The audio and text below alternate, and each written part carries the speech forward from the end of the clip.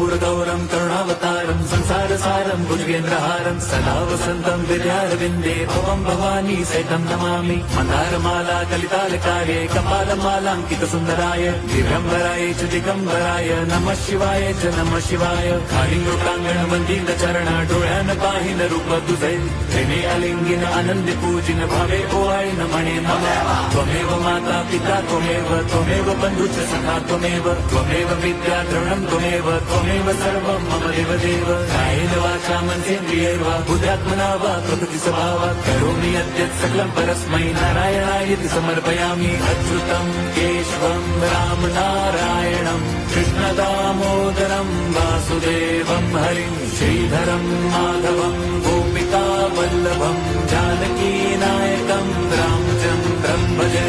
Hare Ram